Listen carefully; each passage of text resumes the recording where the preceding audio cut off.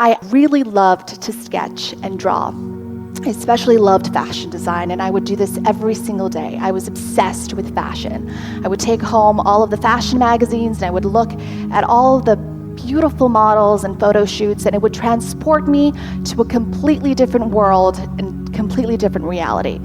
Love making lists and plans for the future. I actually didn't write down what I wanted to be when I grew up, but I would draw what I wanted to be when I grew up, and I would call this my dream board. I wanted to work in the fashion industry. I had the words passion for fashion written on it, and I wanted to have a house of my own, to travel the world, and I wanted to become a TV presenter. So I drew myself with a microphone. Now, as a 16-year-old girl, I never thought in a million years that any of these things would come true. But I put that photo in my room, and I would look at it on a regular basis. And looking at these dreams and these affirmations on a daily basis, it would eventually change my life, because I learned that change begins with yourself. It begins from within. Now, going back to the definition of a dream board, it also talks about the law of attraction. I'm a huge believer that what we think on a daily basis, our thoughts, what we focus on, these are all things that help us to attain what we want in life. The ability to attain things based on what we're focused on. So in other words, if we're focusing on the good, then positivity will come. And if we focus on the bad, then negativity will come.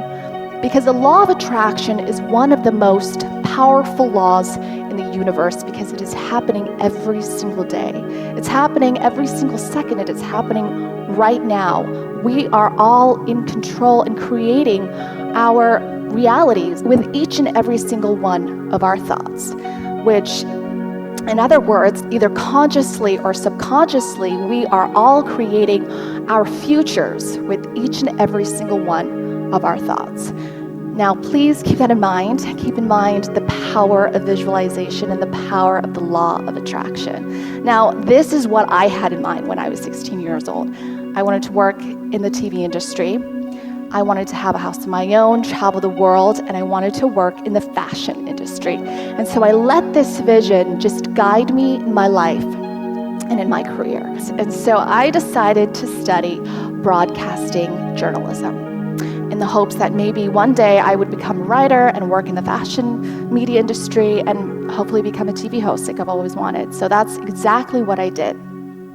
And so I experienced my years of university, and this is the period of where I truly came out of my shell, where I changed, where I tried new things. I took a lot of risks, and for all of the university or college students out there, I guess it's my number one tip for you all is just to try as many things as possible. Even if you think you're not good at, or if it's not for you, or you think you're gonna fail, just try it.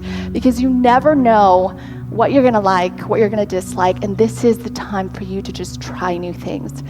So in 2015, my sister Elizabeth, she also works in the fashion industry. She had a chance to go to New York Fashion Week. And at that time, the TV network, the media partner, was E! News Asia. For those of you who don't know, E! News is a network based in the US, and they also have one here in Singapore. And basically, we grew up watching E! News, right? It was our dream network to work for. But unfortunately, at that time, they were not scouting for any new hosts. So we just had to wait, and it was kind of like a back and forth of meetings and just a lot of doubts here and there. But Elizabeth, she pitched them the idea of working with Indonesia for the first time and having twin hosts, she and I. And so we just prayed that they would be keen on the idea. And so they said, okay, you should send in your audition tape. And that's exactly what we did. And we prayed and prayed and prayed. And then finally, we get the call. We get the call from the producer and said, we're flying you to Singapore. Your first job ever is to host Singapore Fashion Week for E! News Asia. And the first person you're going to be interviewing is the iconic fashion designer, Diane von Furstenberg. And our minds were blown away. We could not believe it. We were so excited. We flew to Singapore, and the rest was history. Now I want to go back and show you guys my dream board. You remember me, I drew myself with a mic as a TV host, but what I didn't tell you was that 16 years old, I drew the iconic E-News logo. And 7 years later, that dream came true, and we became the first E-News Asia hosts from Indonesia.